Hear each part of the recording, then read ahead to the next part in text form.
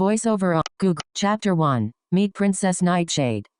Hello everyone. Silverheart the Icewing here, and I'm here to entertain you all little dragonets. Here's a new story for ya. Now, without further ado, let's take flight. Meet Princess Nightshade. Nightshade leapt into the lowest branch of the tree, and hurtled her way up the spruce until she was bathing in beautiful silver moonlight. She gently lay on springy pine needles, and gazed upon Holly Village.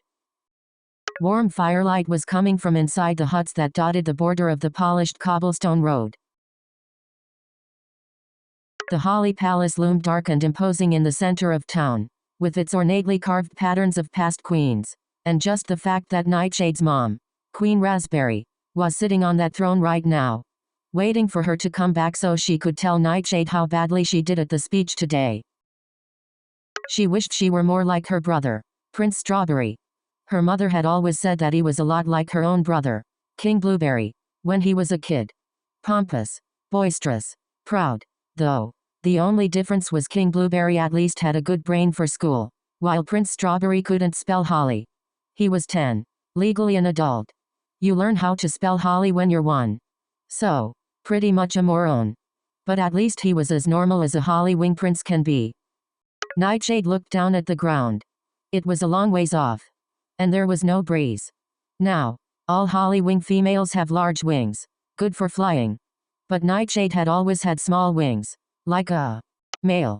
See, in Pyrrhia, females are respected, males are shamed. The queens are in charge. The princesses have more power than the king. Nightshade was scared and excited for her Holly sleep, the Holly Wing rite of passage to adulthood. On the morning of her birthday, she would go under a holly bush and lay there for anywhere from a day to a month. The greater your powers are, and the more growing you have to do, the longer it is. And your mind is working the whole time. I mean, yes, you can fall asleep. If you can sleep with the blistering pain. Nightshade sat there for a good long time. An hour maybe? Half an hour?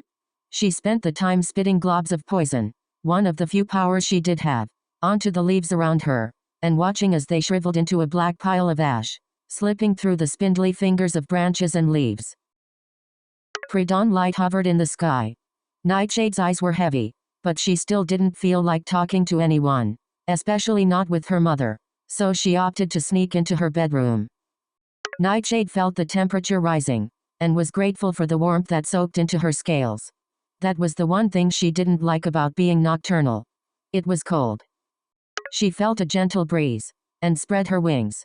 She wobbled into the sky, dipping and falling in 2-second bouts. She finally made it over to her glass roof. She slipped through a small hole at the top of her wall. It was blackened around the hole, showing how she had created it. She, unlike most dragons her age, was able to fit into small places. She was overall small, with thin wings and no horns.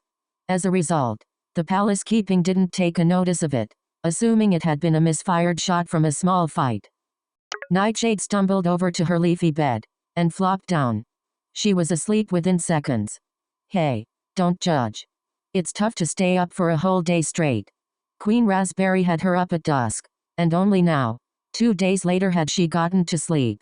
Well, she could have fit in naps and such. But Nightshade didn't really care about sleeping. Only when her body shrieked at the top of its lungs that she needed it did she sleep. Instead of sleep, she spent time with her 3 friends, Spirit, Bryonia, and Ainsley. Now of course many wanted to be her friends, but she only cared to spend time with those 3. They didn't worship the royal family. They saw the royal family as powerful dragons. When they weren't awake, she basked in the beautiful sunlight. She went on glides. She read from the library's vast assortment of scrolls. She made intricate drawings. Sometimes when she was angry at her mom, or feeling especially rebellious, she would even leave the great holly forest. It took a day with strong winds, and a while, even then, but she could make it to the edge of the forest. She had only done this 2 times, and both times she had chickened out of actually leaving it. Sunwing territory started right outside the vast forest, and it stretched for miles and miles and miles and miles. Sunwings had most of the land. The desert was unoccupied, but the frost wings had taken the mountains and icy tundra, and the sun wings had taken the rest of the land. except for the bay. Dive wings are known to be hostile, and since no one knows if they're alive, they're in no hurry to provoke them. No one has seen them in 200 years, but no holly wings have seen the sun wings or frost wings in 100 years either. The dive wings didn't make much contact with the other tribes, even in the Golden Age, when the tribes communicated with each other and worked together to make new discoveries and prosper.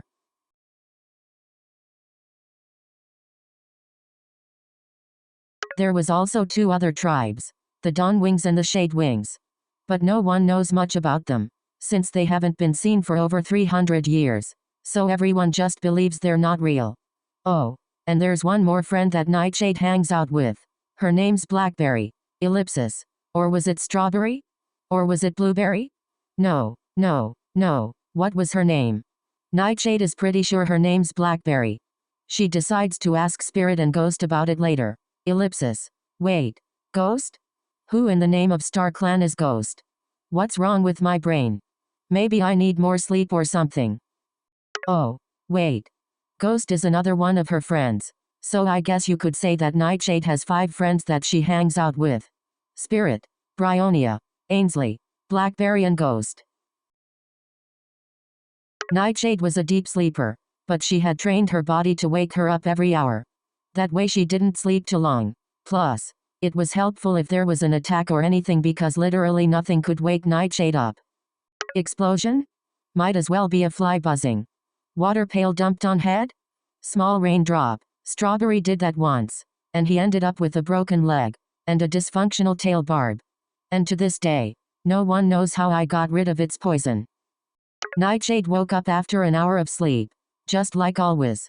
She decided she had enough rest, and hopped on top of her desk, to her bookshelves, and was halfway through the hole when her mother came in. Ah, so that's how you get out. I'll need to get that fixed. She fixed Nightshade with a cold, intellectual stare. Come down, she said harshly. Nightshade continued squirming out. Nightshade, she said it in a sing-song voice, laced with warning. Go to the playroom, she turned, and walked out of the room. Nightshade sighed, and did as she asked. She left her room and began walking down the never-ending hallway. Her white claws, the sign of Hollywing royalty, clinked on the polished stone floor. It was required to keep them out when walking in the hallways of the Hollywing Palace. She turned through a set of doors, identical to the doors at the academy, and walked into a room where Strawberry sat, failing to connect a few pieces of parchment. It was depressing watching him. He finally managed to do it, and he added another piece of parchment, and wrote roly pulley habitat. Apostrophe. She tried to look away, not wanting to have to interact with Strawberry. But her eyes kept coming back to the worst grammar in the world, and she stormed over. She ripped the parchment off the scroll box, and turned it over, writing roly poly habitat. Apostrophe. Hey, little berry, not cool. Strawberry objected. Steam was practically shooting out of Nightshade's ears. Do not call me little berry, or get stabbed with a poisonous tail barb with an uncanny amount of poison in it. Mine. Yeesh. Touchy. No one calls me little berry. When Nightshade was 5, a new dragon started at the academy. There were other dragons, but there was one that caught her eye. Firefly. She was the most beautiful dragon in the universe. And unlike every other dragon in the Hollywing tribe, her name was different. Her family rebelled against the ancient traditions, choosing their own names, their own ways to live. Nightshade and Firefly were together every moment. Then, her mother had executed Firefly's parents, and Firefly was exiled. Firefly had called her Little Berry. Tears gathered in Nightshade's eyes and anger built up in her throat.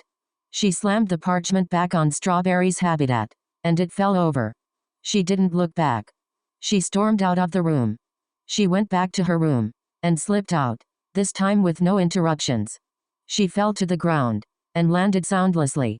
She had learned to move silently, land silently, be silent. Whenever she talked, someone upset her about something, so she chose not to be around anyone other than her friends. Tears began rolling down her face.